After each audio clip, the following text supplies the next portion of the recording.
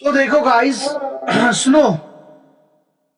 हमने अभी अभी तक हमने क्या पढ़ा? अभी तक हम पढ़ रहे हैं नेचुरल वेजिटेशन और वाइल्ड लाइफ के बारे में हम पढ़ रहे थे, ठीक है ना? ये आप लोगों को यहां तक पता है।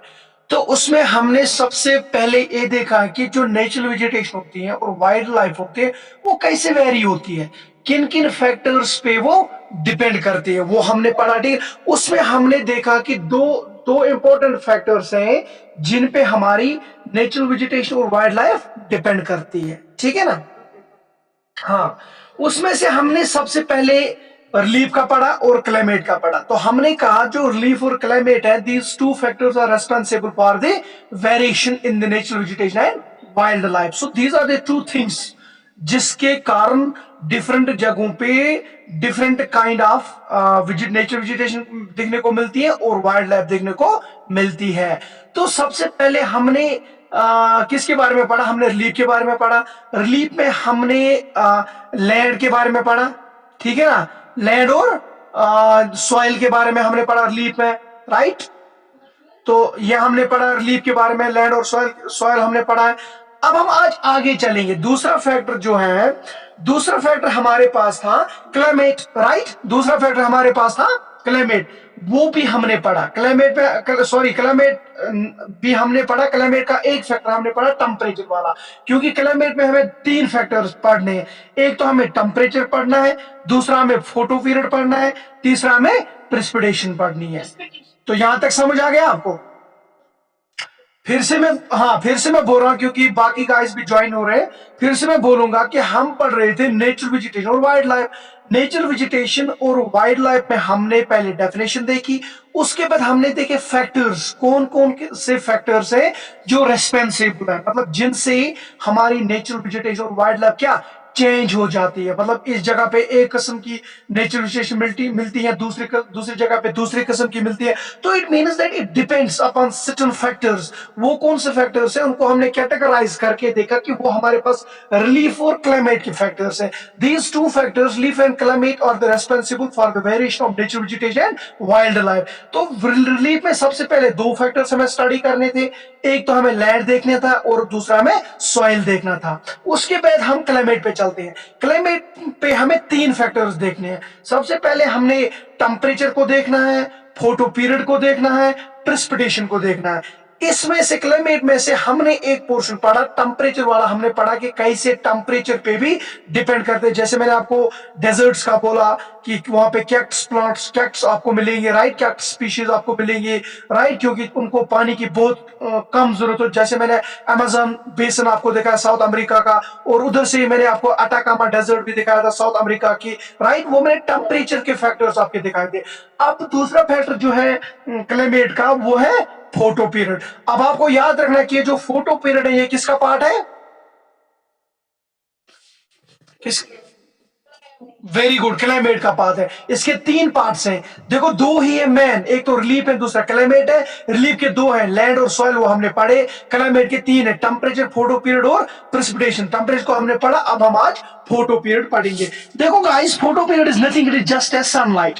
जो सनलाइट होती है उसको हम सिंपली क्या कहते हैं? उसको हम फोटो पीरियड कहते हैं। तो यहाँ पे आप देखोगे, यहाँ पे आप याद रखोगे, the variation in the amount of sunlight at different place depends on. हाँ, जो सनलाइट होती है ना, यहाँ पे आपको ग्लोब दिख रहा होगा ये, राइट? ग्लोब दिख रहा होगा आपको ये, यहाँ पे, हाँ यहाँ पे फॉर एग्जांपल ये अर्थ है हमारी, ये लैटिट्यूड से राइट और ये लॉन्गिट्यूड से राइट। तो जब सन आता है, यहाँ से सनलाइट पड़ती है, तो ये हर एक लैटिट्यूड जो है वो सेम सेम सनलाइट रिसीव नहीं करता है। मतलब latitudes are receiving a different मतलब अमाउंट ऑफ सनलाइट। मतलब हर एक लैटिट्यूड एक ही सनलाइट रिसीव नहीं करती है। ये क्या आता है, ये डिफरेंट लैटिट्यूड्स क्या करते हैं, different type of sunlight, it depends. मतलब अगर लैटिट्यूड हायर लैटिट्यूड्स होंगे, राइट, लोअर लैटिट्यूड्स होंगे या मिडिल लैटिट्यूड, ये डिपेंड करते हैं।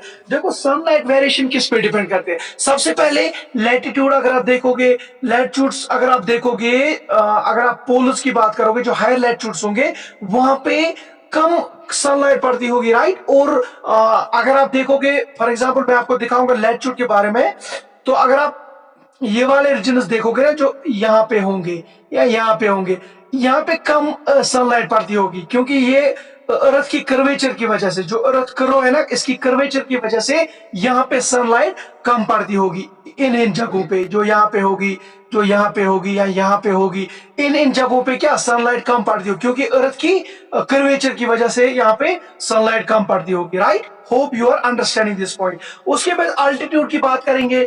Altitude means height. Height, latitude आपको समझ आएगा। लैटिट्यूड सिंपली है कि डिपेंड्स, अगर अगर हमारे एरिया कुछ हायर लैटिट्यूड्स पे आएंगे या लोअर लैटिट्यूड, डिपेंड करता है। इसी की तरह साथ दूसरा जो फोटो पीरियड है वो डिपेंड करता है अल्टीट्यूड पे। अल्टीट्यूड मीन्स हायर, अगर हाईएस्ट पीक कोई होगा वहां पे सबसे पहले सनलाइट पहुंचेगी और ज्यादा सनलाइट पहुंचेगी, और अगर नीचे एरिया होगा वहां पे कम सनलाइट पहुंचेगी। इसी तरीके से सीजन, सीजन में अगर आप देखोगे डे एंड नाइट, राइट।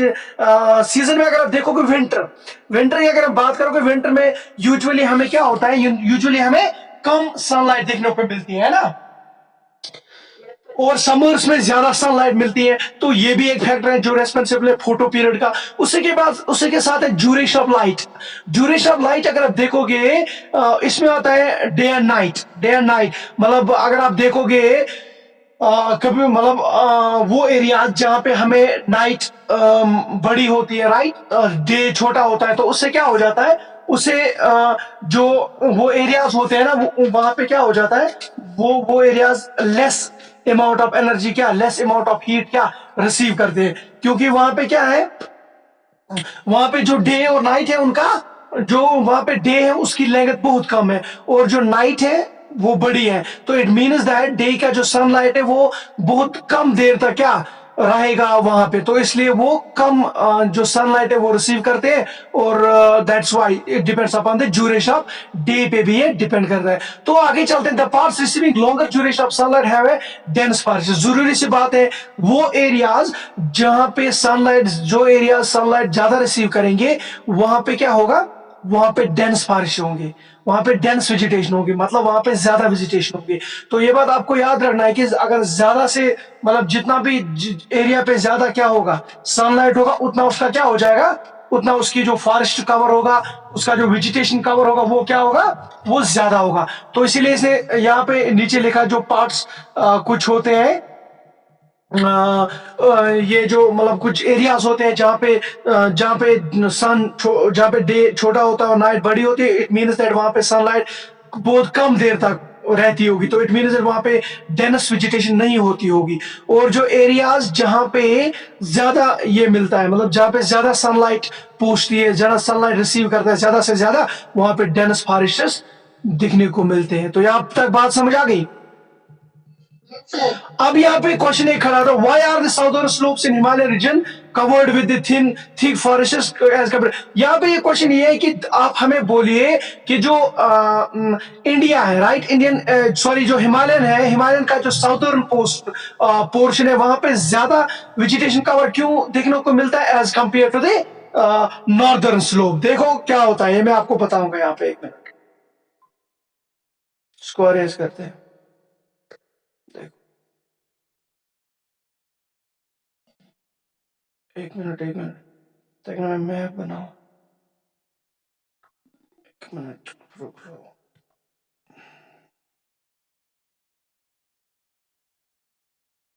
देखो ये इंडिया है ना, यहां तक समझ आ गया आपको। हमें तीन रेंज हमने पढ़े थे, एक दो तीन रेंज, राइट। ये तीन रेंज हमने पढ़े। आपको पता है ये वाला शिवालिक है, ये हिमाचल है और ये हिमाद्री है। यहां तक आपको समझ आ रहा है। तो क्वेश्चन में कह रहा है कि ये वाला पोर्शन कौन सा वाला, ये वाला पोर्शन, ये यहाँ पे ये तो हो गया ना इसका साउथ वाला, ऊपर क्या हो गया नॉर्थ वाला। तो ये हिमालय का जो साउथ पोर्शन है यहाँ पे थिक फॉरेस्ट है, मतलब यहाँ पे ज्यादा वेजिटेशन है एज कंपेयर टू इस वाले में। तो यही क्वेश्चन है, ये क्यों है, देखो ये क्यों है। देखो सबसे पहले अगर आप देखोगे यहाँ पे, एक बार फिर से मैं आप दिखाऊंगा, पहले इसको रब करते हैं, एक बार फिर से मैं आपको दिखाऊंगा। यहाँ पे ऐसे दिखाएंगे, अभी इस कलर से दिखाएंगे आप, ठीक है। देखो गाइस ये इंसान को अभी भी समझ आ रहा है, ठीक है ना, कि ये वाले जो एरिया होगा ना, कौन सा वाले, मतलब ये साउदर्न वाला हिमालयस का, ये नीचे वाला, ये लोअर लैटिट्यूड पे है। अगर आपको मतलब दिमाग मतलब में आता होगा ना, जो ये नीचे वाले है ना, शिवालिक्स वाला एरिया और हिमाचल वाला एरिया, ये नीचे है ना, नीचे मतलब इसमें तो उतने बड़े पीक्स नहीं आते ना, तो इट मीन्स दैट ये लोअर लैटिट्यूड पे है, तो ये हायर लैटिट्यूड पे है। तो ये भी एक रीजन है, यही मेन रीजन है, क्योंकि जो हमारे पास ये हिमालय का साउदर्न पोर्शन है, it is locate on the lower latitude, ये लोअर लैटिट्यूड पे लोकेट है। और यहाँ पे क्या होगा, यहाँ पे प्रेसिपिटेशन भी ज्यादा होगी, राइट, और यहाँ पे वाटर बॉडीज भी मोस्टली यहाँ इससे बहती है, तो इट मीन्स दैट यहाँ पे सनलाइट भी ज्यादा रिसीव करता है ये वाला एरिया लोअर लैटिट्यूड, साउदर्न वाला एरिया हिमालयस का, तो इसका मतलब यहाँ पे फॉरेस्ट कवर ज्यादा होगा एज कम्पेयर टू दिस, क्योंकि ये हायर लैटिट्यूड है, ये वाला हायर लैटिट्यूड है। तो यही रीजन है। तो बात समझ आ गई। तो यही आपको याद रखना है कि जो हिमालयन पोर्शन है, उसका जो साउदर्न पार्ट है वो लोअर लैटिट्यूड्स पे है, और जो उसका नॉर्दर्न पोस्ट है, वो नॉर्दर्न पोर्शन है, वो हायर लैटिट्यूड पे है। दैट्स वाई जो साउदर्न पोर्शन है वहां पे ज्यादा वेजिटेशन कवर देखने को मिलती है, और जो northern slope of Himalaya hills है वहां पे कम वेजिटेशन देखने को मिलती है। लोअर लैटिट्यूड पे है और ज्यादा सन रिसीव, ये फोटो पीरियड रिसीव करता है, इंसोलेशन ज्यादा रिसीव करता है गाइस। तो यहां तक ये फोटो पीरियड था। तो फोटो पीरियड में हमने इतना ही पढ़ना है कि जो अमाउंट ऑफ सनलाइट, इस पे भी डिपेंड करता है वेजिटेशन। जहां पे भी ये बात आपको मेनली इंपॉर्टेंट याद रखना है, जो एरिया ज्यादा सनलाइट रिसीव करेगा तो इसका मतलब वहां पे ज्यादा वेजिटेशन होगा। तो अब आपको कोई बोलेगा ये सनलाइट डिपेंड किस पे करता है, आप बोलोगे लैटिट्यूड पे, अल्टीट्यूड पे, सीजन पे, ड्यूरेशन ऑफ डे पे। लैटिट्यूड पे कैसे करता है, क्योंकि हर एक लैटिट्यूड एक किस्म की सनलाइट रिसीव नहीं करते, different latitudes are receiving different amount of sunlight, that's why there is a variation in the receiving of sunlight, right, in the receiving of energy from the sun is the primary source सबको लिए, मतलब कुछ भी हो, सन जो है primary source for each and everything, ये आपको पता होना चाहिए। इसी के बाद आप अल्टीट्यूड की बात करोगे, जो हायर एरियाज होंगे वहां पे सबसे पहले लाइट पड़ जाएगी, वो ज्यादा एनर्जी रिसीव करेंगे as compare to the lower altitude जिनका होगा सीजन, विंटर में हमें कम सनलाइट देखने को मिलती है एज कम्पेयर टू समर। इसी तरीके से ड्यूरेशन ऑफ डे, एरियाज जब हमारी सन मूव करती है फ्रॉम नॉर्दर्न टू हेमिस्फीयर, वहां पे वेरिएशन होता है, वहां पे टाइम की डिफरेंस होता है, तो उस वक्त आधी जगहों पे जो डेज होते हैं वो बड़े हो जाते हैं और रात छोटे हो जाते हैं, और किसी जगह पे डे छोटे हो जाते हैं और रात बड़े हो जाते हैं, और ये बात आपको यहाँ याद रखनी होगी। तो यहां तक समझ आ गया। तो लास्ट इसका है प्रेसिपिटेशन इस वाले में। तो ये आपके सामने रहा प्रेसिपिटेशन। देखो प्रेसिपिटेशन का सिंपली मतलब हो गया रेनफॉल, तो ये आपको पता है, ये सबको पता है।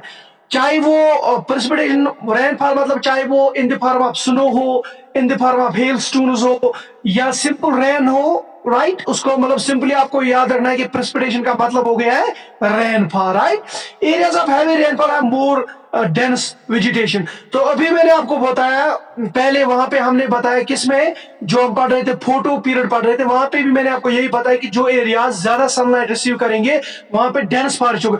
यही केस है रेनफॉल में भी, जिस एरिया में ज्यादा रेनफॉल पड़ेगा तो वहां पे क्या हो जा, वहां पे डेंस वेजिटेशन होगा। So you guys remember this thing, the areas which got more rainfall have a more dense vegetation. So it means that those areas in India or across the globe which receives the more rainfall having a more dense vegetation. बस simply आपको याद रखना है कि जहां जहां पे ज्यादा रेनफॉल होगा वहां पे ज्यादा क्या हो जाएगा, ज्यादा वेजिटेशन भी होगी वहां पे। अब यहाँ पे क्वेश्चन है आपके, why are the western slopes of the western Ghats covers the thing, यही क्वेश्चन है। वहां पे हिमालयस का था, यहाँ पे ईस्टर्न और वेस्टर्न घाट्स का है। देखो गाइस, ये हमारा इंडियन का पेनिनसुला पार्ट है, ये वाला जो है ये वेस्ट वाला है और ये वाला ईस्ट वाला है। तो क्वेश्चन इस तरीके से है, कह रहे हैं कि ये वाला रीजन जो है यहाँ पे ज्यादा बारिश क्यों नहीं है, यहाँ पे ज्यादा बारिश क्यों है और यहाँ पे कम बारिश क्यों है, ये क्वेश्चन है। क्वेश्चन समझ आ गया। तो सिंपली सा रीजन इसका ये है कि ये जो वेस्टर्न घाट्स है ना, ये ज्यादा रेनफॉल रिसीव करते हैं।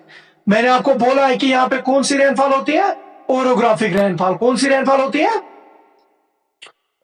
अगर आपको याद होगा कि मैंने बोला ओरोग्राफिक रेनफॉल, मतलब कि जो विंड्स अपने साथ मॉइस्चर कैरी करके लाते हैं वो या इसके साथ टकराते हैं तो बारिश होता है। और मैंने यहाँ पे भी बोला जब मूनसून यहाँ से भी उड़ते हैं ट्रेड विंड्स, वो इसके पैरेलल जाते हैं। किसके पैरेलल जाते हैं? ईस्टर्न घाट से। तो उससे क्या हो जाएगा, उससे मोस्टली ईस्टर्न घाट्स क्या रहते हैं? ड्राई रहते हैं। किस में ड्राई रहते हैं? समर्स में। ये आपको याद रखना होगा, ये मैंने आपको बताया। इसीलिए तो रीजन यही है, तो रेनफॉल ही रीजन है। तो बस इतना याद रखना है कि वेस्टर्न स्लोप जो है वहां पे ज्यादा वेजिटेशन कवर इसलिए देखने को मिलता है क्योंकि वो एरिया ज्यादा रेनफॉल क्या करता है? रिसीव करता है। अब देखो गाइस, यहां तक समझ आ गया? अब देखो गाइस, यहां पे डेंस वेजिटेशन मतलब अगर ज्यादा वेजिटेशन होगी, अगर ज्यादा फॉरेस्ट कवर होगा तो उससे हमें क्या फायदा मिलेगा? तो मतलब उससे हमें क्या फायदा होगा? उससे हम मतलब उससे हमें कितना बेनिफिट मिलेगा?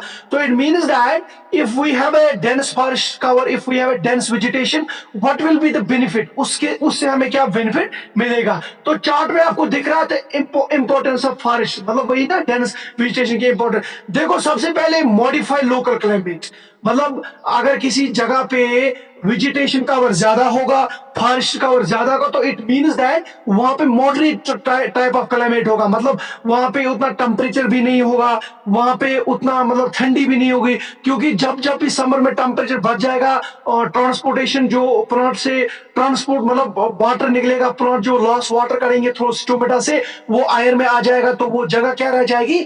कूल रह जाएगी समर में। तो इस तरीके से जो ये डेनिस फॉरेस्ट ये मॉडिफाई करते हैं क्लाइमेट को, लोकल क्लाइमेट को मॉडिफाई कैसे करते हैं? क्योंकि ये क्लाइमेट को एक टाइप ऑफ मॉडरेट क्लाइमेट बनाते हैं। फॉर एग्जांपल अगर आप समर्स की बात करोगे, समर्स में जितना भी टेम्परेचर होगा तो जहां पे फॉरेस्ट कवर ज्यादा होगा वहां पे आपको कूल दिखने को मिलेगा, वहां पे आपको कूल दिखने को मिलेगा। इसी तरीके से next point, control soil halogen. Soil halogen जो होता है ये कुछ नहीं होता, ये सिंपली होता है removal of soil from one place to another place. मतलब कि सॉइल को रिमूव हो गई, सॉइल निकल गई, एक जगह से दूसरी जगह पे पहुंच गई। फिर इसके बहुत सारे कारण है, जैसे कि वाटर की वजह से हो गए, राइट, एक इरोजन, या विंड की वजह से भी इरोजन होता है, राइट, या स्नो की वजह से भी इरोजन होता है। तो ये कुछ फैक्टर्स है जिनसे सॉइल इरोजन होता है।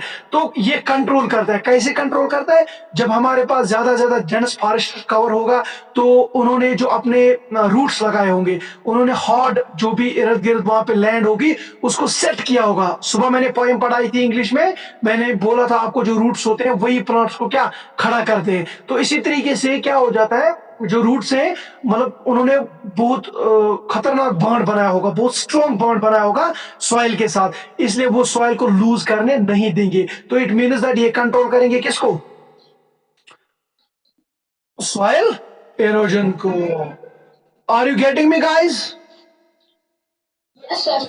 हाँ, इसी तरीके से तीसरा फैक्टर है रेगुलेट स्ट्रीम फ्लो। हाँ, जो भी वहां पे स्ट्रीम्स फ्लो करते होंगे उनका जो वाटर है वो कभी नहीं कम हो जाएगा, मतलब वो कभी नहीं सूख जाएंगे। क्यों नहीं सूख जाएंगे? क्योंकि जो वहां पे डेंस फॉरेस्ट है, वहां पे जो वेजिटेशन है, उन्होंने क्या किया होगा, उसने क्या किया होगा, उसने जो भी उसे वाटर क्या कर रहा होगा, स्टोर कर रहा होगा, ग्राउंड वाटर स्टोर कर रहा होगा, करा होगा किसने? इन फॉरेस्ट ने, इस डेंस वेजिटेशन ने। तो इसलिए जो भी वहां पे स्ट्रीम्स फ्लो करते होंगे उनमें पानी की कमी कभी नहीं आएगी, क्योंकि already there has been a storage of the water inside by these dense vegetation, so that's why there will be no problem in the flowing of these streams. They will flow throughout the year.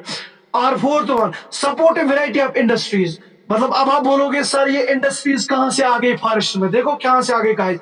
आपको पता है कि हमारे जो forest है वहां पे बहुत सारे रिसोर्सेज भी निकलते हैं, जैसे आपका हमारा फर्नीचर हो गया, वो भी हमारे फॉरेस्ट से ही आता है। कुछ मेडिसिन प्लांट्स हैं वो भी फॉरेस्ट से आते हैं। तो ये कुछ इंडस्ट्रीज हैं, राइट, जो जिनको फॉरेस्ट हेल्प करता है, राइट।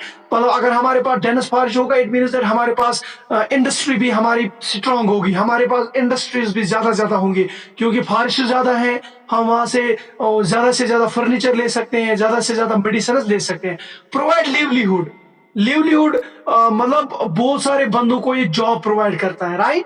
मतलब ऐसे बहुत सारे बंदे हैं जिनको यहाँ पे जॉब मिलती है फारिश में। कौन सी जॉब? मतलब जैसे आपको पता है मतलब प्रोटेक्शन करने, हाँ, प्रोटेक्शन करने की जॉब भी मिलेगी। या बहुत सारे रिसोर्सेज मिलते हैं हमें फॉरेस्ट, जिनसे हमें अपनी गुजारा चलता है। पेनोरेमिक और सीनिक व्यू ऑफ रिक्रिएशन, ये रिक्रिएशन है वहां पे। देखो जब भी हम बोर हो जाते हैं कभी कभी, we feel that uninteresting things are going on, तो हम क्या करते हैं, हम सीधे कहाँ चले जाते हैं, फॉरेस्ट में चले जाते हैं। किसके लिए? एंजॉय करने के लिए, मतलब नेचर सीन विन देखने के लिए। Provide humus to the soil and shelter to the wildlife. Humus, humus कैसे सॉइल को प्रोवाइड करता है? क्योंकि सॉइल की अगर हम बात करेंगे, जो वहां पे प्लांट्स होते हैं, लीव्स होते हैं, वो गिर जाते हैं और क्या हो जाता है उनका, मतलब वो डिकम्पोज हो जाते हैं सॉइल के साथ। इससे क्या हो जाता है, सॉइल क्या ह्यूमस बन जाती है, सॉइल में न्यूट्रिएंट्स आते हैं, मिनरल्स आते हैं। तो और बहुत सारे वाइल्ड लाइफ को शेल्टर देता है, मतलब लिविंग प्लेस वहां पे, बायोडाइवर, मतलब जो लाइफ वाइल्ड लाइफ है वहां पे वो रह सकेंगे। तो ये थे कुछ क्लाइमेट, अगर ये थे कुछ बेनिफिट्स, इंपॉर्टेंस थे डेनिस फॉरेस्ट के। इसके बाद आगे चलते हैं हम, एक और पॉइंट है जिसको हमें डिस्कस करना। इंपॉर्टेंट रोल, ये तो हमें पता है इंपॉर्टेंट रोल फॉरेस्ट प्ले करते हैं, बट इंडिया नेचुरल वीडियो, मतलब यहाँ तक आपको पता है कि जो फॉरेस्ट है वो इंपॉर्टेंट रोल करते हैं, but India natural has undergone many changes due to the several factors। लेकिन इंडिया की जो नेचुरल वेजिटेशन है, इसने बहुत सारे जो फैक्टर्स है, बहुत सारे जो मतलब प्रॉब्लम्स है, उनको फेस किया है। कौन कौन से प्रॉब्लम्स है फॉरेस्ट में? देखो सबसे पहला जो है, the growing demand for cultivated land, मतलब हमें ज्यादा ज्यादा लैंड चाहिए, किसके लिए? कल्टीवेशन के लिए। तो लेकिन हमारे पास लैंड ही अवेलेबल नहीं है, तो हम क्या करते हैं, हम सीधे जो हम डिफॉरेस्टेशन करते हैं। तो उससे क्या हो जाता है, उससे मतलब नेचुरल वेजिटेशन पे इम्पैक्ट पड़ता है, राइट? इसी तरह से development of industries and mining, हम इंडस्ट्रीज को डेवलप करने के लिए, बनाने के लिए, या माइनिंग, या हम फॉरेस्ट में माइनिंग करते हैं, खुदाई करते हैं, देखते हैं, राइट? तो उससे भी हमें ट्रीज कट डाउन करने पड़ते हैं, तो उससे भी हमारे नेचुरल वेजिटेशन पे इम्पैक्ट पड़ता है, फॉरेस्ट पे इम्पैक्ट पड़ता है। अर्बनाइजेशन, अर्बनाइजेशन मीन्स कि जो अर्बन एरिया होगा, तो अर्बनाइज एरिया जब बढ़ता है, फॉर एग्जाम्पल श्रीनगर एरिया है, तो श्रीनगर में जब आप रहने के लिए जाओगे जाओगे जाओगे, एक पॉइंट ऐसा आएगा कि वो बढ़ते बढ़ते बढ़ते बढ़ते जा रहा है। तो इट मीन्स दैट जो इसके इर्द गिर्द, मतलब थोड़े से पेड़ पौधे होंगे किसी भी सिटी के इर्द गिर्द, राइट, तो उनको काटना पड़ता है, क्योंकि क्योंकि पॉपुलेशन बढ़ रही है अर्बन की, तो इसलिए उससे भी इम्पैक्ट पड़ता है। ओवर ग्रेजिंग ऑफ पास्चर्स, क्या होता है कि हमारे जो फार्मर्स हैं वो अपने भेड़ बकरियां जो होते हैं, एनिमल्स को घास खाने के लिए ले जाते हैं। तो वहां पे जो एनिमल्स होते हैं उनको थोड़ी पता है कौन सा प्लांट खाना है, कौन सा प्लांट नहीं खाना है, तो वो ऐसे सारे प्लांट्स खाते हैं, जो उनके सामने आते हैं वो खा लेते हैं। तो उससे भी हमारे वेजिटेशन पे असर पड़ता है। अब देखो इन चीजों से, मतलब ये जो ऊपर वाले थिंग्स है, ये जो ऊपर वाले फैक्टर्स है, ये जो ऊपर वाले पॉइंट्स है, इनसे हमारी नेचुरल वेजिटेशन पे कौन सी चेंज आ गई, मतलब इनसे हमारी वेजिटेशन पे, फॉरेस्ट पे कौन सी प्रॉब्लम होगी? देखो, the vegetation cover of India in large parts is no more natural in real sense. आपको पता है नेचुरल वेजिटेशन वो हो गई जिसको हमने कभी भी टच भी नहीं किया होगा, डिस्टर्ब भी नहीं किया होगा, मतलब वो खुद ब खुद क्या हुआ होगा, ग्रो हुई होगी, उसको हम नेचुरल वेजिटेशन करेंगे। लेकिन यहाँ पे अगर आप बात करोगे, जो नेचुरल वेजिटेशन थी वो तो अब थोड़ी नेचुरल वेजिटेशन रह गई, क्योंकि हमने उनको कट डाउन करना स्टार्ट किया, हमने उनको डिस्टर्ब करना स्टार्ट किया, हमने उसमें अपने एनिमल्स डाल दिए, हमने इंडस्ट्रीज लगाई, हमने अर्बनाइजेशन के लिए काटे, तो वहां पे थोड़ी वो अब नेचर रह गए, वो अब नेचर नहीं रह गए, वो अब आर्टिफिशियल होंगे। It has been notified, replace और रिगार्डेड, इट मीन्स दैट हमने इनको, ये नोटिफाइड नहीं है, ये मॉडिफाइड है, हमने उनको मॉडिफाइड किया होगा, या रिप्लेस किया होगा, या डिग्रेडेड, या पूरा खत्म ही किया होगा। इट मीन्स दैट अब वो नेचर नहीं रह गई। तो last one, some accessible regions like the Himalayas, hilly region of the central India and the मरस्थली थाली, राइट? तो देखो, लेकिन कुछ पार्ट्स हैं इंडिया में जो भी बच चुके हैं, जैसे कि हमारा हिमालयन रीजन है, हिमालय एरिया जो है ना, वो मतलब हाई अल्टीट्यूड पे है, वहां पे उसको भी हमने डिस्टर्ब किया होता।